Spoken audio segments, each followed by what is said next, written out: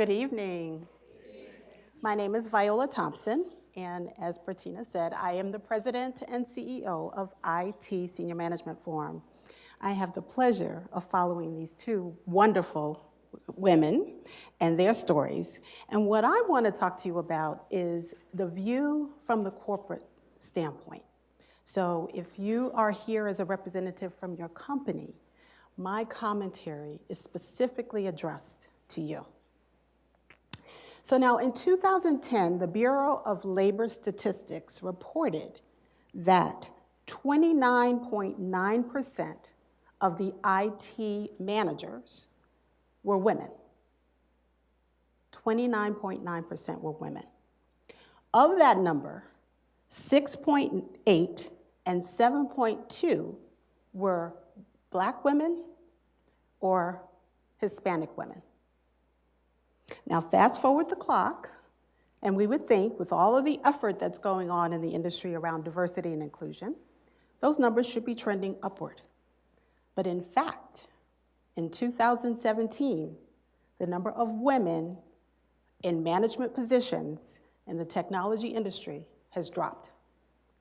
It is down overall to 28.6%, and for Black and brown women, it now sits at 6.6%. And over time, what we're seeing is that 52% of those women are leaving the technology industry altogether. Now, we've already heard about how important diversity is within a company. We know what impact it has on a company's bottom line. And we know that companies are investing millions, and I mean millions of dollars to attract and hire diverse talent. So what's happening? It's out of alignment. And the question is why? So I'm going to tell you that when I started looking at the numbers, and I'm really trying to assess why is the needle moving in the wrong direction in 7 years, why are women leaving this industry faster than they can be hired into the industry? Which diversity and inclusion strategies are focused on retention and development? And who is being held accountable for the execution and the success of those strategies? So Bertina told you that I'm with ITSMF. And we decided that we were going to look at those numbers ourselves. So we ran a few surveys and conducted focus groups. And what we found out was that 75% of the women in that focus group wanted to get to the C-suite. So the desire is there. So what's happening? 75% wanted to get to the C-suite. Half of those women, though, they said they didn't feel that they had the support internally within their company to achieve it.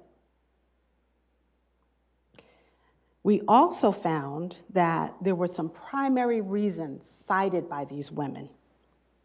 The fact that they didn't feel that they had opportunities to showcase their expertise and their ability to be in those positions. That they didn't have exposure to decision makers. They also talked about the playing field, right? They said that it wasn't level. I think I'll go one step further and say that we may not even be playing the same game, okay? Especially because the representation is not balanced. There was also uncertainty as to how to get to those positions. What was the path to take? And I have to tell you, first generation, so prior to my role with ITSMF, I was a partner at Ernst & Young. I was the first Black female partner in their management consulting practice. And this was in 1996, not 1906, okay? I had no idea when I started working in a company how to get to a senior level position. And amen, I wanted it, right? Because I could understand what the impact you could have in a C-suite position. But I had to figure it out because I didn't have parents or siblings who could tell me how to do it. And the last but not least, and both Anne and I'm going to mispronounce your name, talked about this. Women did not feel that they had self-worth. I think that translates into confidence. Why? And Anne, you gave the perfect example about the job interviews, right? So women always have to feel they're 110% better than the next person. I'm going to share with you a little story. So imagine now you're out in the playground with your brother or another neighborhood male friend, and you're going to have a race. And the two of you, 1, 2, 3, go, right? And you're running as a female, you're running as hard as you can, right? The boy falls down, he scrapes his knee. They're yelling at him, get up, keep going, don't stop. That's a battle scar, you're fine. The little girl falls down and scrapes her knee, and what happens? Oh my God, you're gonna have a scar on your knee for the rest of your life. How are you gonna wear short dresses, right? Where's the betadine? Put the Band-Aid on it. What were you doing chasing that boy anyway? You knew you couldn't beat him. You knew you couldn't beat him, right? I see some people shaking their heads. They heard that story. I know I did. That then transcends into how you are in corporate America. No matter how much you think that it doesn't, it does. Until you take the time to get the development, to develop your network, to understand and talk to people who can mentor you through it. I can't tell you how many times people come up to me and say, how did you do it?